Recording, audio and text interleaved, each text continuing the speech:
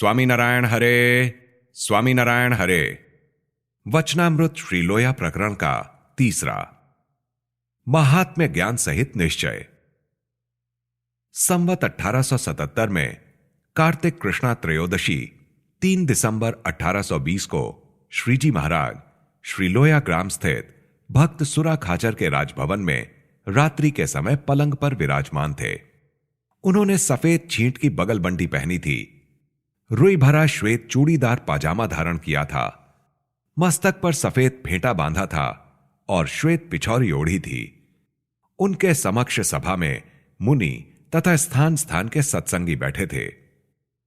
तब श्रीजी महाराज से भगवदानंद स्वामी तथा शिवानंद स्वामी ने प्रश्न किया कि जिसे भगवान और संत का महात्म्य सहित निश्चय हो गया हो, उसके कैसे लक्षण होते हैं? तब श्रीजी महाराज बोले कि जिसे भगवान एवं संत का महात्म्य ज्ञान सहित निश्चय हो गया हो, वह भगवान तथा संत के लिए क्या नहीं कर सकता। उनके लिए वह कुटुंब का त्याग करे, लोक लज्जा का त्याग करे, राज्य का त्याग करे, सुख का त्याग करे, धन का त्याग करे, स्त्री का त्याग करे, और स्त्री हो तो वह पुरुष का त्याग करे। इतना बताने के बाद उन्होंने इन सभी हरि भक्तों की बातें एक एक करके कहीं। डडूसर ग्रामवासी राजपूत कलूजी, धर्मपुर की कुशल कुंवरबाई, पर्वत भाई, राजबाई, जीवूबाई, लाडूबाई, बड़ी रामबाई, दादा खाचर, मांचा भक्त, मूलजी ब्रह्मचारी, भुजवासी लाधीबाई और माताजी, मुक्तानंद स्वामी, वालाक प्रांतवासी अहीर पटेल सामत, मानकुआं ग्राम के मूलजी तथा कृष्ण जी तथा वालाक प्रांत स्थित गुंदाली ग्राम के 2 काठी हरिभक्त आदि सत्संगियों ने भगवान और संत के निमित्त जो जो कार्य किए, उनका उन्होंने विस्तार से वर्णन किया।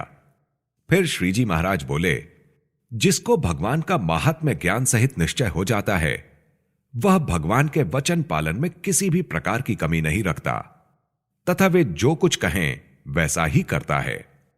इस पर उन्होंने अपनी बात बताई कि हमारा स्वभाव ऐसा था कि हमसे गोदोहन मात्र अर्थात प्रातः से संध्या तक ही एक स्थान में रहा जाता था, किंतु इससे अधिक समय तक नहीं रहा जाता था। ऐसे त्यागी थे और वैराग्य भी अतिशय था। और श्री रामानंद स्वामी पर हमारा स्नेह भी असाधारण था। फिर भी स्वामी ने भुजनगर से यह संदेश भेजा कि यदि सत्संग में रहने की गरज हो तो खंबे को बाहों में पकड़कर भी रहना पड़ेगा। इस तरह मया राम भट्ट ने आकर हमें सूचना दी। तब हमने खंबे को बाहों में पकड़ लिया। इसके पश्चात इसका आशय स्पष्ट करते हुए उन्होंने कहा कि मुक्तानंद स्वामी की आज्ञा में रहिए। इसके बाद मैं रामानंद स्वामी के दर्शन होने के पूर्व 9 महीने तक मुक्तानंद स्वामी की आज्ञा में रहा। ऐसे लक्षणों से भगवान तथा संत संबंधी निश्चय हुआ है, ऐसा समझें। इसके पश्चात श्रीजी महाराज ने सुंदर जी सुतार और डोसा बनिए की बात कही। जिसको भगवान तथा संत संबंधी निश्चय हो, उसको भगवान की प्राप्ति के आनंद का खुमार चढ़ जाता है।